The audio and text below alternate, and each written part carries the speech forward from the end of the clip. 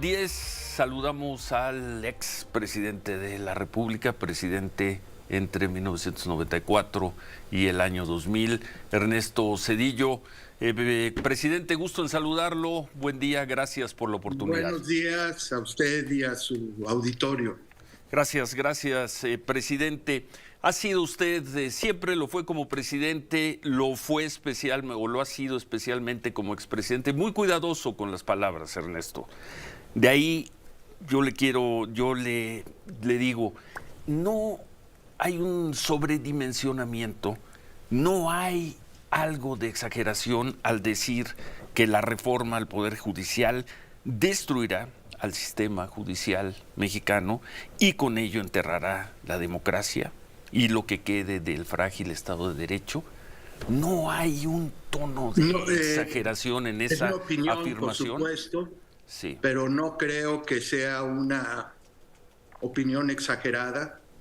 Estoy hablando de un riesgo que se puede materializar dado el contenido de esa reforma. Un requisito de cualquier democracia real es no solamente que haya elecciones libres y con condiciones de competencia equitativa, sino también que haya un tercer poder. Con las elecciones se determina el legislativo y el ejecutivo, pero que haya un poder independiente que imparta justicia, pero que también esté atento a que los otros poderes del Estado cumplan con sus obligaciones constitucionales. Y esta reforma está muy cuidadosamente diseñada para que los poderes legislativo y ejecutivo, que como vemos, evidentemente ahora han caído en manos de un solo partido, puedan determinar, nombrar quienes tendrán la responsabilidad de ser juzgadores en el sistema jurídico, en el sistema judicial.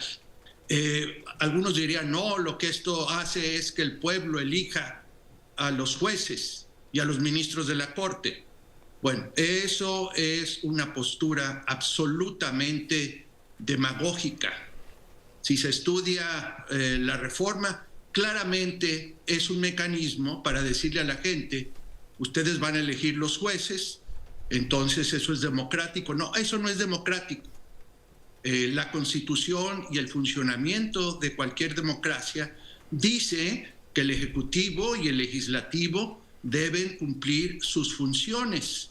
Y una de esas funciones es asegurarse que se proveen los medios y las reglas para que exista un poder judicial independiente. Y una vez que ese poder judicial independiente existe, se le deja actuar. No se le intimida, no se le insulta, no se le amenaza. Y como efectivamente el Poder Judicial ha actuado en algunos casos importantes con independencia, ahora se trata no solamente de hacer una venganza, que es realmente terrible, es atroz, sino además decir de ahora en adelante, con una fachada de democracia, el Ejecutivo y el Legislativo van a controlar quienes aplican la justicia en nuestro país. Sí. Y eso, simplemente cuando usted tiene un partido oficial que se ha convertido este partido, que puede además manejar el Poder Judicial, se llama en términos simples tiranía. Y si usted tiene tiranía, entonces no tiene democracia. Por eso afirmo con absoluta convicción que lo que ha sucedido la trágica semana pasada es que se han sentado bases para que México se convierta en una tiranía. Es el riesgo, pero es un riesgo que existe hoy en día con altísima probabilidad. Y no podemos depender como nación, como ciudadanos, de la buena fe que nos digan, no se preocupen. Después de todo, vamos a incluir en las listas por las cuales los ciudadanos habrán de votar, pues la gente que cumpla con los requisitos indispensables. Porque para empezar, los requisitos de ser parte de ese servicio judicial se están degradando considerablemente. Se está destruyendo la carrera judicial en términos prácticos. Así que no podemos tomar como buena esa palabra. Sí. Y en cuestión de instituciones, usted no toma la palabra. Las instituciones se construyen sobre bases legales y constitucionales realmente sólidas. Pero además tiene otros aspectos absolutamente escandalosos. ¿Cómo se va a determinar la administración judicial? Allá voy, Ernesto. Faltan las leyes reglamentarias. Tenemos la reforma, tenemos el marco general, faltan las leyes reglamentarias. Bueno, pero mire usted, un principio básico es que todo debe estar protegido por la Constitución. Y si usted hace una Constitución en esos aspectos, que de entrada le da la capacidad de construir una tiranía apoyándose en el Poder Judicial, por favor. Y si ya se usó una mayoría calificada para cometer este terrible atropello contra la legalidad y contra la nación, ¿qué confianza pueden tener los ciudadanos de que van a usar, ahora nada más van a necesitar la mayoría absoluta, el 50% sí, más uno? No van a necesitar tácticas gangsteriles como las que se usaron en el Senado para alcanzar la mayoría calificada. No es posible tener una ciudadanía que está practicando la democracia con toda libertad y luego traicionar esa ciudadanía con métodos que son absolutamente autoritarios y antidemocráticos. Pero, ¿y entonces, Ernesto, se acabó la democracia en México? ¿Se acabó el país? No, yo dije que es un alto riesgo, sí, pero que se han sentado las bases muy claras para, en vez de democracia, tener una tiranía. Que se está destruyendo una democracia que nos construyó, se fue construida con el esfuerzo y el concurso de muchos mexicanos a lo largo de muchas generaciones. Yo fui al final parte de ese proceso, pero no fue cosa, por supuesto, cosa mía. Había gente que había estado en las calles, en el Congreso, en la opinión pública, en la ciudadanía, en la sociedad civil, clamando por democracia. Y finalmente alcanzamos algo de lo cual los mexicanos podíamos decir, por fin vivo en un país democrático. ¿Y qué sucede? Llegan unas personas aprovechando esa democracia que habíamos construido entre todos, se hacen del poder público y empiezan a manipular, a distorsionar, a abusar ese poder público para destruir las bases de nuestra democracia. Eso es totalmente ilegítimo, eso no es ético, eso no es tenerle lealtad a la República Democrática que queremos los mexicanos. Usted dice que es ilegítimo, ellos dirán que ganaron en 2 ocasiones y con claridad las elecciones federales presidenciales. Y perdón, el 18 señor, pero y en el 24. Seamos claros, ¿sí? Estoy seguro que las personas que votaron por ese partido, que fue algo más de la mitad, nunca se les preguntó, ¿están ustedes votando porque se destruya la democracia y se construya una tiranía donde seguramente será muy fácil abusar de sus derechos humanos y no respetar sus garantías individuales? Porque es lo que sucede en todas las tiranías.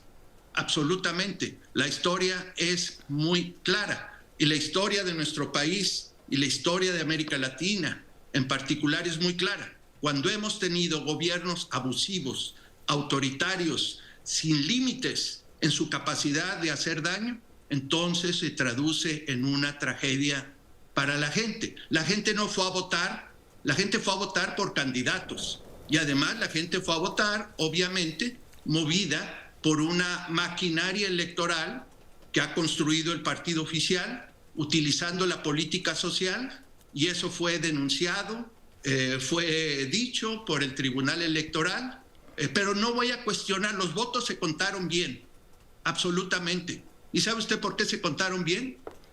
Porque hace existe un muchos años, instituto, sí, la hicimos construcción del reglas instituto instituciones electoral. para que se contaran bien. Pero se Y contaron estos bien. señores están abusando de ese sistema electoral. Estamos escuchando una voz decidida, resuelta, enérgica, frases que me da la impresión sobre las cuales usted ha reflexionado durante semanas, meses en torno de un tema, de la situación, del Durante gravísimo todo el- riesgo, del desde grave que era riesgo. ¿Perdón? Bueno. Desde que era niño, creía en la democracia. Sí, del grave riesgo a la democracia por el que está atravesando México. De ahí la pregunta, y más al escuchar, y al escuchar la vehemencia con la que nos está hablando, presidente, ¿por qué hasta ahora? ¿Por qué hasta hoy estamos escuchando la voz de Ernesto Zedillo? Es una respuesta muy sencilla. Sí. Aún antes de dejar la presidencia, tomé una decisión de no intervenir en la política de mi país. Que la manera más digna y respetuosa hacia la República era abstenerme bajo cualquier circunstancia de alzar la voz, de opinar sobre asuntos políticos de México o sobre políticas públicas. Me convertí en un estudioso y opinador de temas de la economía internacional, del desarrollo internacional, de América Latina en lo general. Dije, pero nunca voy a opinar sobre México. Pero cuando veo que la República está en riesgo, no puedo quedarme callado. No puedo ser cobarde.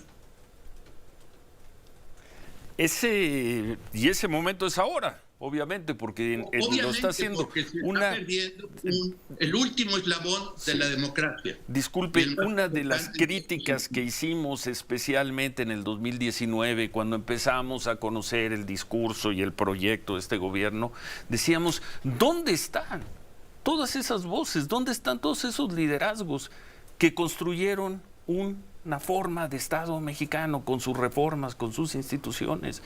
Y preguntábamos en dónde están los expresidentes, entre otros, los expresidentes de la República. No, pero perdóneme. ¿Quién sale a defender? No, pero perdóneme. Primero, Sí, yo no busco Ernesto. ningún liderazgo. Yo no tengo ningún liderazgo porque no, ese tiempo para mí pasó. Yo soy un ciudadano que ve amenazada la República y que está usando su voz para decir cuáles son los riesgos. Pero no es justo decir que no se han alzado voces, ¿sí? No. Porque usted habló de qué pensar. No con fuerza, Ernesto. No con fuerza, sí se han alzado, no con la fuerza. No con la fuerza para dar el debate en los términos en el que se da, como lo expresa el gobierno y el presidente. Los juristas, sí, los estudiosos, la gente preocupada por México, puso por escrito su opinión sobre este terrible. Y no se le escuchó. Dijeron muy claramente, claro que todo es reformable, todo es mejorable, pero si queremos tener seguridad, justicia en nuestro país, no solamente se debe mejorar la condición del Poder Judicial, sino que además hay muchos otros aspectos que deben atenderse y que no se han atendido, ¿sí? En el Poder Judicial, bueno, es muy fácil criticar al Poder Judicial, pero decir que la austeridad republicana está por encima de cualquier consideración. ¿Sí? Somos un país que tiene por cada 100,000 habitantes 5 jueces. ¿Sí? Hay países de Centroamérica que tienen 10 veces más que eso.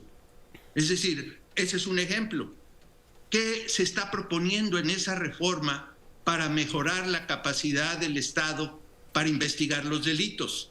¿Qué se está proponiendo en esa reforma para mejorar el funcionamiento del Ministerio Público? ¿Qué se está proponiendo en esa reforma para que se detenga la terrible impunidad de la que gozan hoy en día los criminales? ¿Qué se está proponiendo en esa reforma para debilitar, combatir y eventualmente derrotar al crimen organizado? Sí. Si lo único que aparentemente se propone es ampliar la capacidad para aplicar la prisión preventiva.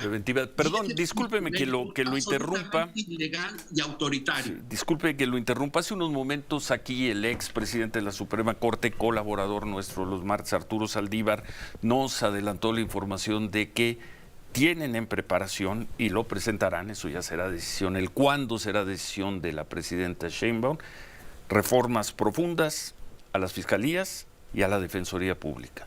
Nos los dijo hace 30 minutos aquí Arturo Saldívar, Ernesto. Ese señor no me merece ningún respeto. Ese señor le faltó al respeto a la Corte y se comportó de la manera más indigna cuando era ministro y presidente de la Corte. Así que qué bueno que esté pensando en eso. Nos adelantó información. Es uno de los instigadores de este ataque al Poder Judicial. Bueno, hace unos momentos también el presidente López Obrador dijo que hay un grupo que trajo a Zedillo a México y que solo hicieron el ridículo. Usted en la conferencia que dio aquí en la Ciudad de México el domingo fue duro, sin mencionarlo por su nombre, fue duro con el presidente López Obrador. Lo llamó demagogo a mí me y invitaron, oportunista. Ciro, aclaro de inmediato. Eso es una mentira. ¿Sí? Este Congreso de juristas lo han programado para que tomara lugar en México y ellos pensando que sería un gran sitio para tener esta reunión anual. Cada año tienen una reunión de este tipo donde convocan abogados de todo el mundo. Hace prácticamente un año me recibí una carta de la presidenta de esta organización para dar una conferencia. Y todavía hace unos meses yo estaba pensando, trabajando un tema, está a punto de ocurrir lo que se llama la Cumbre del Futuro. En 3 días empieza la Cumbre del Futuro. Y yo estaba pensando escribir una ponencia sobre la importancia de restablecer en el mundo un sistema basado en el derecho y no basado en la fuerza, como ha estado ocurriendo en los últimos años, que son los temas de los cuales me ocupo yo, digamos, cotidianamente en el aula, en mi servicio público internacional. Cuando se aproximaba la fecha para este evento, y prácticamente 2 semanas antes, cuando me di cuenta que efectivamente iban a hacer el atropello constitucional que ha significado la aprobación de esto, tanto con la sobrerepresentación en la Cámara de Diputados, como esta mayoría calificada gangsteril que instrumentaron, en ese momento dije, yo no puedo ignorar esto. Esto puede ser la destrucción de la República que hemos construido entre todos los mexicanos y que claramente tenemos que mejorar. Nadie está satisfecho con la condición de México, pero no debiéramos permitir que nuestra República se siga debilitando. No podemos permitir una transformación de la democracia a la tiranía, porque esa es la transformación de la que están hablando. Ningún proyecto, y usted lo sabe muy bien, avanza sin resistencias. Tiene que haber un espacio de resistencia a todo esto, Ernesto, porque no quisiera volverle a hacer la pregunta de, pues se acabó la democracia, se acabó el país. ¿Dónde están esos espacios? ¿Dónde los ve usted? Y ahora se lo pregunto como un analista, como un analista y como un estudioso. ¿Dónde están esos espacios de resistencia frente a este gran riesgo, frente a esta tiranía, como usted dijo? Se está destruyendo la democracia, se está construyendo una tiranía. ¿Dónde los ve, Ernesto? No, Ciro, primero, tenemos una ciudadanía sí, que en su mayoría, yo diría en su absoluta mayoría, quiere vivir en una democracia donde prevalezca el Estado de Derecho. No todas las encuestas dicen eso. No todos. No todas las encuestas dicen eso. No porque votan por ellos engañados. No, pero hablo de las encuestas. No hay que faltarle el respeto a la gente. No, y tenemos nunca. algo muy importante que todavía existe. Tenemos gente como usted, como muchos intelectuales, como muchos periodistas libres, que no se han quedado callados. Pero ¿cuál respuesta es la que han tenido por parte del presidente? Han tenido calumnias, han tenido insultos, han tenido amenazas.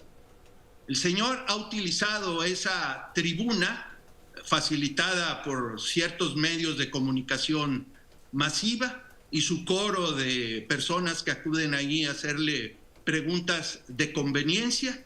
¿Para qué la utiliza? Para intimidar, para amenazar, para insultar, y ha hecho algo que no se ve en ningún país, que tenga una pantalla y que proyecte su foto o la de otras personas, y lo señale como enemigos públicos. ¿Qué conducta es esa en una democracia? Se tiene que es una garantía individual fundamental. A mí puede no gustarme lo que diga el señor Ciro Gómez Leiva, pero como presidente y como parte del poder público y como ciudadano, tengo que respetar lo que diga el señor Ciro Gómez Leiva.